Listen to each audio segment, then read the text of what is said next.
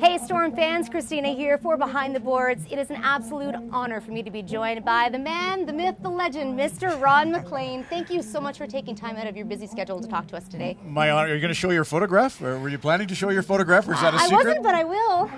Back in 2008, I took a picture at the CBC building and said, I'm going to interview this man someday, and here I am. So thank you for making that happen for me. You know, Christina, I have already watched episodes of Behind the Boards, so it's a great thing you're doing with the Storm to get to know the players. And for those of us who follow junior hockey, I lived it, right? I was Red Deer Rustlers were my team, and Doug Rigler from Grande Prairie was a great player in 1980. They won the Centennial Cup. He played on the line with Brent Sutter and Ivan Crook from Cold Lake. Brent, of course, is from Viking. And they were incredible. He had 75 goals, I think, in the regular season, probably 100 playoffs included, and Doug could just wire a puck. And I guess his father was a great player up here, and his uncle was a great player. And so junior A hockey's first love. It is really important, and it's so important to support junior A hockey teams. I mean, our team not really doing the best right now in standings, kind of struggling financially as well. So, I mean, what's your take on the importance of supporting junior hockey? Well, we did our show in Thunder Bay, Rogers Hometown Hockey, and there was a program in Ears Falls, which is just outside of Red Lake, and you have to work to find Red Lake on the map, and it's sort of over Kenora way, on the way to Winnipeg from Thunder Bay. But Ears Falls is so tiny, they get good crowds out to the games, and I know the Storm have historically had good games. We're not in a boom time, I don't have to tell you right now. So that's a situation that lots of markets have to sort of get through. And the big thing, though, like I always say when I'm speaking to young hockey players, whether it's girls wanting to be in the Olympics or boys to the NHL, you know, if you want to prepare someone for those stages, you prepare them for life. And that's what this is. That's what the Junior B team in Grande Prairie is all about. You know, you're preparing the most impressionable kids, 16 to 20 years of age. You're setting them up for life. And it's, you know, a lot of the kids have moved away from their homes to play here. It's just a very exciting opportunity for the ones who are leading. And even when the season doesn't go well, that's just the outcome. That's just the, you know, the result on a scoreboard. That's got nothing to do with what's so great about junior A hockey. So better times ahead. This is true. And you have such a great opportunity. I mean, you've been doing this just about as long as I've been alive. I mean, I grew up watching you in Hockey Night in Canada. One thing that I really admire about you is you're a man of conviction. Like, it doesn't matter what the situation is, you're going to state your opinion and you stick by it. I mean, how hard is that? Well, it is hard, and that's probably why I'm in Grande Prairie and not sitting in a comfy chair, you know, at the studios in Toronto, because it's just tough to control a guy like me. And, you know, Don Cherry, everybody thinks is the one who shoots from the hip, but Don's a little wilier, having played in the American Hockey League, whereas I may have been an only child, a little bit of a silver spoon upbringing. I didn't have that fear. You know, I never looked over my shoulder thinking I have something to lose. Didn't have much. My dad was military, so it was a very, you know, lower middle income. But I just always felt that the truth was so vital. My mom was always a teller of stories and of the truth.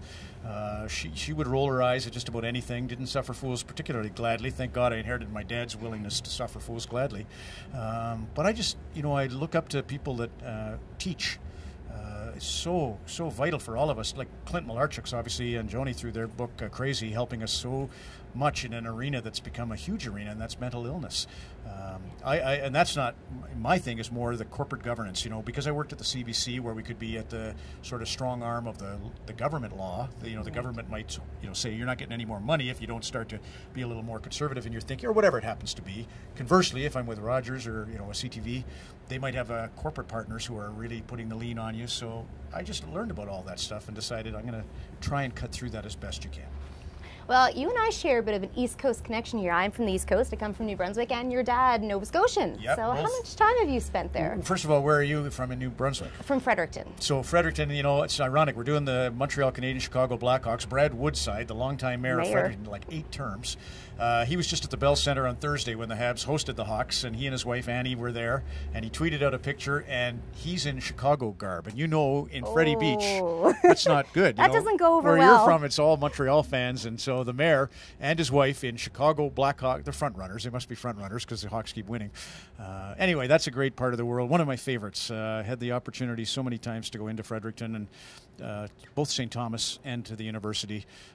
And in my case, as you said, mom and dad are both from Cape Breton. My father from Little Sydney Mines, Point of Coney, and my mom from Iona in the interior. And then again, I think you'd know, Christina, that the Maritimers are good storytellers, right? They, we didn't have a lot going on, so we used ourselves as entertainment, and that's why you can tell stories. Well, you've definitely inherited those storytelling skills from your parents, because this book, Hometown Hockey, is amazing. If you haven't checked it out yet, you should definitely go pick yourself up a copy. I couldn't put it down. I could not put it down. Well, for you and me, it's more about people dealing with the vicissitudes of life. There's stories of addiction, there's stories of mental illness, there's stories of injury. The Trent McCleary one's amazing, and one of the neat sort of 6 degrees of separation, Kirsty McClellan Day, who's a Regina girl, married another Saskatchewan chap named Larry Day, and they're sort of icons of production in Calgary, and Larry was the longtime newsreader at the station which I used to work at.